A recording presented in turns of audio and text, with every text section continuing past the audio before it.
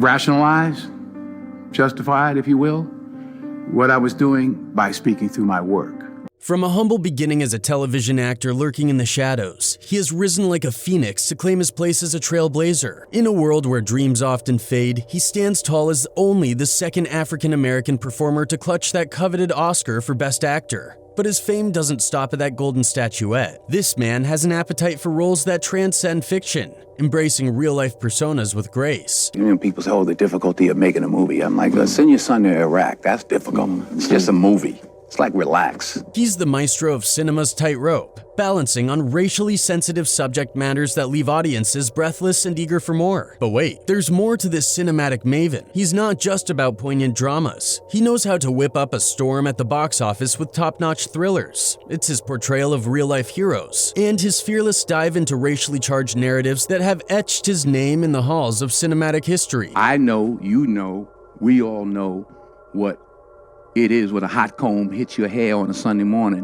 what it smells like. That's a cultural difference. He is none other than the living legend and inspiration to many, Denzel Washington. Yet there remains a nagging question that lingers in the minds of many. Why does it seem that both the industry and the system may not be as supportive of Denzel as one might expect? In fact, it has been observed that they fear him. Let's delve into the intriguing factors that might shed light on this enigma. Denzel Washington's journey from a small town near New York City to the pinnacle of Hollywood is nothing short of remarkable. Born on December 28, 1954, he initially ventured into journalism, enrolling at Fordham University in 1977. However, fate had other plans for this talented individual, and it wasn't long before he realized that his true calling was in the world of acting. With unwavering determination, he relocated to San Francisco and honed his craft at the American Conservatory Theatre. During an interview, he said, "The first thing I want to do is more theater. The second thing I want to do is direct movies. Acting in movies is now number 3 on the list. I find a lot of the movies are formulaic. I know a lot of people love them, and believe me, I'm glad they do. But I just think they become formulaic." In the blink of an eye, Washington transitioned from an aspiring actor to a television sensation,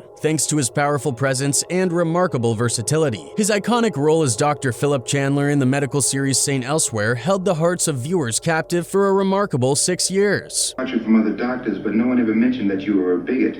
No, you don't get it. The silver screen soon beckoned, and Washington made his big screen debut in the 1981 comedy Carbon Copy. Here, he portrayed the long-lost son of a respectable businessman living in an all-white community, a role that would set the stage for the thought-provoking and groundbreaking characters that would define his future career. I looked at you in that big office and I kind of went crazy inside. I said to myself, this is the man who broke Mama's heart. Denzel's career reached a defining moment when he clinched the Oscar for Best Supporting Actor in 1989's Glory, a powerful historical masterpiece in which he played a runaway enslaved person turned Confederate soldier. This was followed by his Oscar-nominated portrayal of African-American activist and black nationalist leader Malcolm X in the 1992 film bearing the leader's name. When you have a powder keg and there's too many sparks around it, the thing's going to explode. However, Washington was determined to avoid the shackles of typecasting. He turned down similar roles and instead took on the challenging character of a homophobic lawyer with a HS client suffering from AIDS in 1993's Philadelphia alongside Tom Hanks. Are you a What?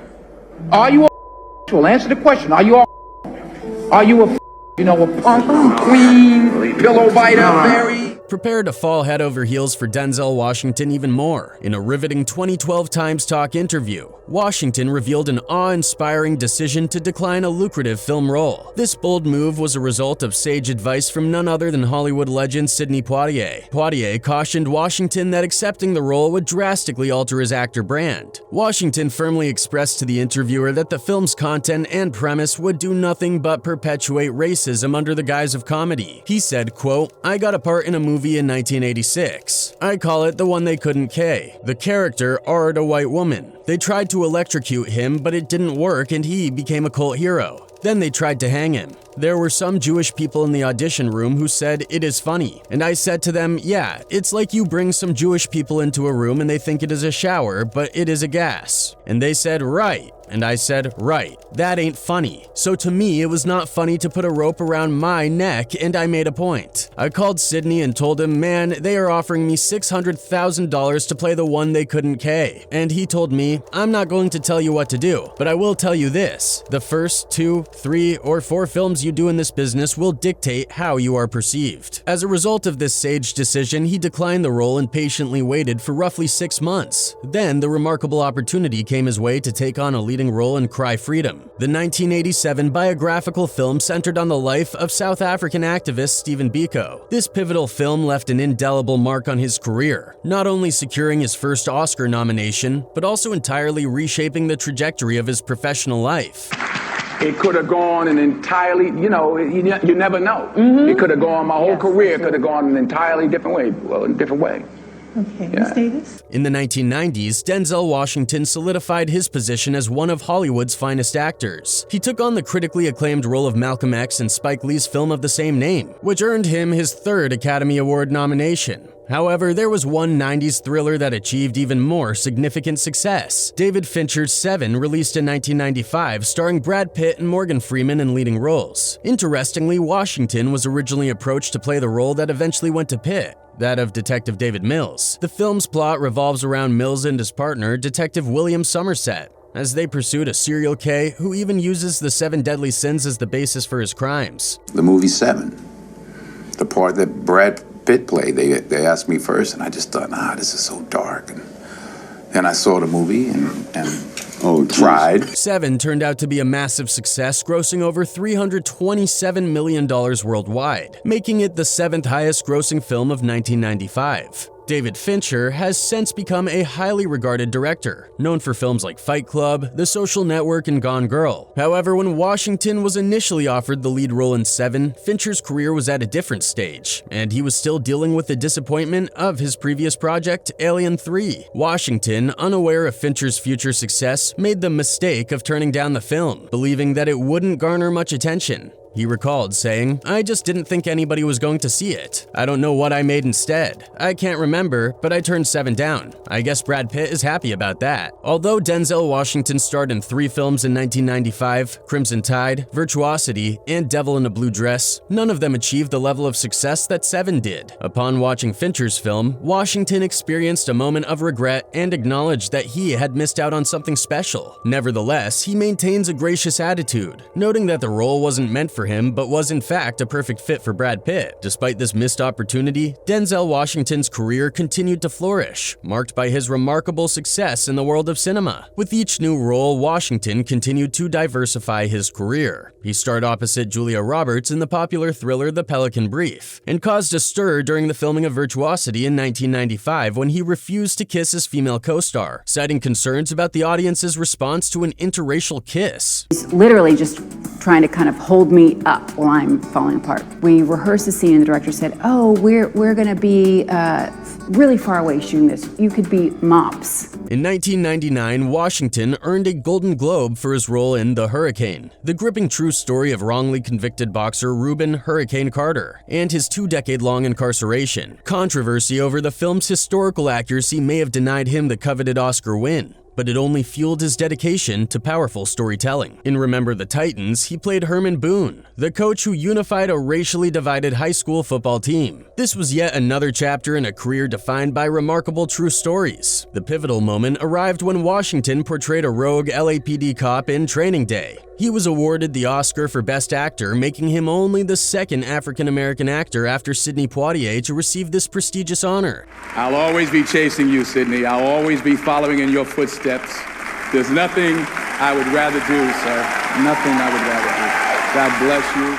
But it seems like he was never happy for Oscars. Denzel Washington didn't hold back when it came to addressing the perceived lack of fairness in the Oscars. He openly acknowledged his own firsthand experiences of this unfairness within the entertainment industry. Despite these challenges, he offered a powerful piece of advice, urging individuals to, quote, just do the best you can do. When asked about the criticism surrounding the Oscars' lack of diversity, Washington shared his perspective saying, quote, "I've lived it. I've been the guy at the Oscars without my name being called. When my name is called, when everybody thought they were going to call my name and they didn't. For those who believe the Academy's process is unfair, his response was resolute, stating, yeah, and so what? Are you going to give up? If you're looking for an excuse, you'll find one." As for whether race is being used as an excuse, Washington maintained, "You can find it wherever you like. Can't live like that. Just do the best you can do." In the past 2 years, the Academy of Motion Picture Arts and Sciences faced heavy criticism for nominating only white actors in the acting categories. However, there was optimism for change this year, with several actors of color in notable films, including Fences, receiving well-deserved attention and potentially being recognized for their outstanding performances. Notably, Jimmy Kimmel highlighted that Morgan Freeman and Washington have made significant contributions to the Oscars. Anyways, showing his recklessness, Washington's prowess extended behind the camera, as he made his directorial debut with the autobiographical drama Antoine Fisher in 2002. Here, he played the role of a naval psychiatrist, Dr. Jerome Davenport, alongside the volatile young sailor, Antoine Fisher. Something may have slipped your mind,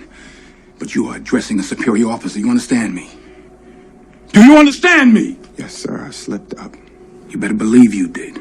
While Washington often gravitated toward truth-inspired stories and racially sensitive topics, he showcased his versatility in several action-packed thrillers including Out of Time, Deja Vu, Inside Man, and remakes like The Manchurian Candidate and The Taking of Pelham 123. In 2010, Washington took a daring leap into the action genre, starring in the R-rated post-apocalyptic epic The Book of Eli, marking a significant departure from his traditional roles. Denzel Washington's career has been an extraordinary journey marked by his ability to transform into a diverse array of characters, from historical figures to complex individuals. He has cemented his status as one of Hollywood's most respected and versatile actors, all while boldly tackling issues of race, injustice, and human complexity on the big screen. I was aware of the coincidence that my first two roles were roles that Paul Robeson made famous, Othello and The Emperor Jones. Denzel Washington's courage in addressing racism is commendable, and he has indeed taken actions that few would dare to undertake. Regrettably, he hasn't been exempt from experiencing racism, even within the entertainment industry and film world. A particularly distressing incident emerged when he became the focus of the Sony Pictures hack. Shockingly, executives within the company discussed that he should not be considered for lead roles in international films, simply because he is black. This discriminatory sentiment was conveyed in emails following the release of his movie The Equalizer. An unnamed producer expressed this disturbing viewpoint to Sony chairman Michael Linton, who was urged to consider the gravity of this comment's inappropriateness or provocation. Quote, "I am not saying The Equalizer should not have been made or that African-American actors should not have been used. I personally think Denzel Washington is the best actor of his generation," wrote the producer, casting him as saying we're okay with a double baseball term if the picture works. He's reliable at the domestic box office, safe, but has not had a huge success in years. I believe whenever possible the non-event pictures, extra bets, should have a large inherent upside and be made for the right price. Here there isn't a large inherent upside. End quote. Despite achieving a substantial global box office gross of $191 million, with nearly half of all ticket sales originating from international markets, the leaked emails shockingly contended that the overseas earnings were insufficient due to Denzel Washington's race. This unfortunate revelation underscores the persistence of racial biases and prejudice even in the face of undeniable success. I believe that the international motion picture audience is racist. In general, pictures with an African American lead don't play well overseas, the producer continued. Denzel Washington's own account further underscores the mistreatment he endured. During a conversation at TIFF, he disclosed an unsettling incident from about 3 decades ago in Boston. He and his wife Pauletta were in town for one of her plays, and while at their hotel, they were mistakenly assumed to be a, quote, pimp and by a group of people. This misunderstanding led to a physical altercation, prompting the involvement of security. Additionally, Washington shared that while walking to one of his wife's shows on another occasion, he was subjected to a racial slur, being called the N-word. You know, race relationships have to do with race relationships. You're white or whatever you are, I'm black or whatever I am. We're standing here talking now. He further recounted a painful memory from his childhood, recalling an incident in Florida when he was called the N-word. He shared how his mother had to to explain the hurtful term to him, marking an early encounter with racial prejudice that left a lasting impact on his understanding of the world. In his speeches, Denzel Washington consistently issues a cautionary message to future generations, emphasizing that they will continue to confront racism because youth are still being taught to harbor racial biases. While he holds on to the dream of a world free from racism, he holds the belief that a new generation of individuals with racist beliefs is being raised, highlighting the enduring challenge of addressing and overcoming prejudice and discrimination. You can't legislate love. The President of the United States can't legislate us into liking each other. We have to step forward and ask questions about each other and engage. Morgan Freeman, in a rare interview, candidly expressed his feelings of envy regarding Denzel Washington's career. Reflecting on both of their journeys, Freeman admitted, "I'm so very envious of Denzel's career because he's doing what I wanted to do." He went on to share that he had a recent conversation with Washington who conveyed his sense of being in the autumn of life, yet remaining fiercely ambitious, actively reaching out to esteemed directors like Paul Thomas Anderson and Steve McQueen in his pursuit of compelling projects. This insight sheds light on the enduring passion and drive that continue to propel Denzel Washington's remarkable career forward. Denzel, my dear friend, congratulations.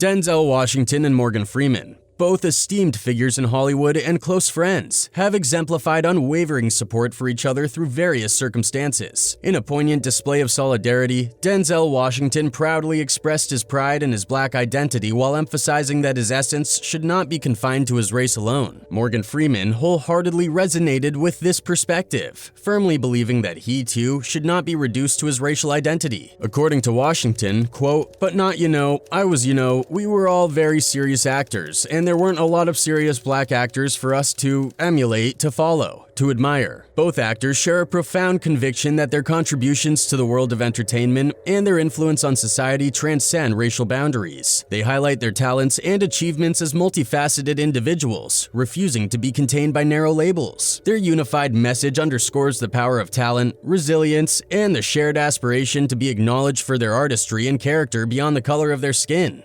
You're that brilliant young actor just out of Fordham University. Clearly you know better than the two of them how this thing should be staged. But have you ever seen any Hollywood elite, or even the system, ever promoting Denzel's teachings and lessons that he learned while he was in the industry? This is up to you to decide. However, it seems like what Denzel was trying to convey is becoming true. Much evidence shows that this industry is totally biased and authoritarian. To understand this, let's take the example of Dave Chappelle. Dave Chappelle possesses first-hand experience of both the positive and negative aspects of Hollywood, and he harbors a trove of tales that unveil the unvarnished realities behind the scenes. It's clear that the allure of Hollywood's glitz and glamour belies the less enchanting truths lurking beneath the surface. For Dave, it's always been apparent that no amount of wealth could truly compensate for the challenges imposed by the industry's powerful figures. So people couldn't understand it at the time. It was so much money. How could you do that? And blah, blah, blah. But if I had taken that money and finished the show, I would have got the money, but I might never have been the same. Apparently, Hollywood is known for its racist and discriminatory practices. Black actors have had to fight twice as hard for the opportunities that their white counterparts have easily gotten in the industry. Of course, it's not easy to eliminate years and years of systemic oppression with just a few castings. According to Chappelle and Tolan, the executives at Fox suggested changing the lead female character from black to white, rather than embracing greater inclusivity for minors and black individuals. The executives at Fox took a different approach, focusing on increasing inclusion for white individuals, even within a show led by a black man. Dave Chappelle asserts that he was the driving force behind every aspect of his own show, Chappelle's Show. I've been in show business since I was 14, and I've heard the stories of what happens, and I've seen these kinds of things play out in front of me. Nonetheless, he received a directive to alter the show's lead cast to feature a white woman. Dave Chappelle had a strong desire for black representation in his show, given his substantial contributions to its success. He found it disheartening to be excluded from such critical decisions. This decision to change the cast left Dave deeply disillusioned. At the time, numerous shows featured all-white casts without raising any concerns. However, when a black man created a show aimed at representing his community by casting black individuals, the executives suddenly raised objections. Dave openly discussed this issue in an interview. He said, quote, "They fly me out for a creative meeting. I'm in a room full of white people, and they proceed to tell me why we need more white people on the show, so it can have a more universal appeal. In a landscape with numerous shows targeting white audiences, Dave was pressured to reshape his show to accommodate the perspective of white viewers. This network built itself on black viewers, and what they're saying is white people are narcissistic. They don't want to watch black people, they want to watch themselves. It tells every black artist no matter what you do, you need whites to succeed. I felt like I was beaten up and completely degraded. It's disgusting, and it made me want to vomit. The executive producer of the show, Peter Tolan, was in full agreement with Dave's perspective. The racial biases within Fox Entertainment had deeply disappointed both Tolan and Dave. Tolan openly addressed the issue, stating, "We were trying to do a realistic depiction of Dave's life. Not a black show, but a smart, funny show that happened to be black. But Fox said there needs to be more white faces. Basically, Dave Chappelle cannot appear on Fox TV unless Whitey gets him in the door. It's embarrassing, and I realized I couldn't do it. I felt morally it was wrong." With the producer sharing Dave's disapproval, the question arises, who was behind these proposed changes? This incident served as a significant eye-opener for Dave, revealing the power dynamics within the industry. Despite these allegations, the higher-ups at Fox Entertainment vehemently denied any intention of racism, insisting that their suggestions were innocent in nature. The Fox network respects the unique perspective and integrity of each member of its audience, and to suggest anything less is disturbing and unsettling in light of our past, present, and future efforts. Dave was so disturbed by this incident that he did a special focusing on the issue of racism. Traveling has made me a racism connoisseur, if you will.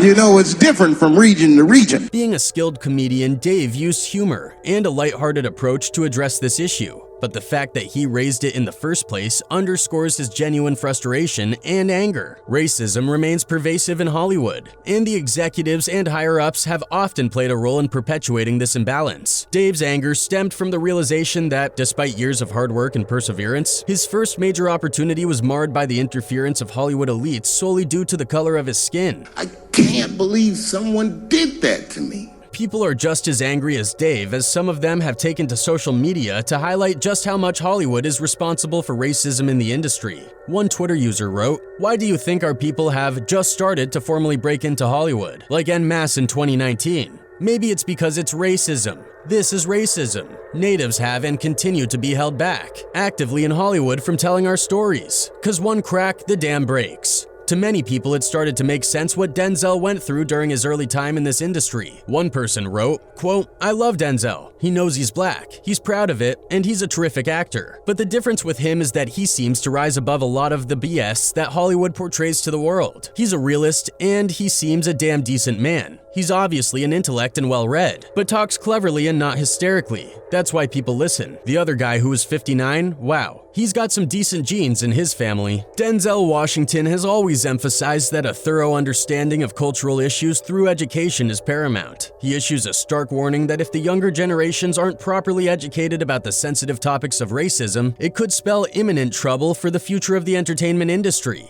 But it seems like this thing smells unpleasant for the elites of this industry, and they never acknowledged his learnings and teachings. Well, it starts in the home. You know, if the father's not in the home, the boy will find the father in the streets. Yeah.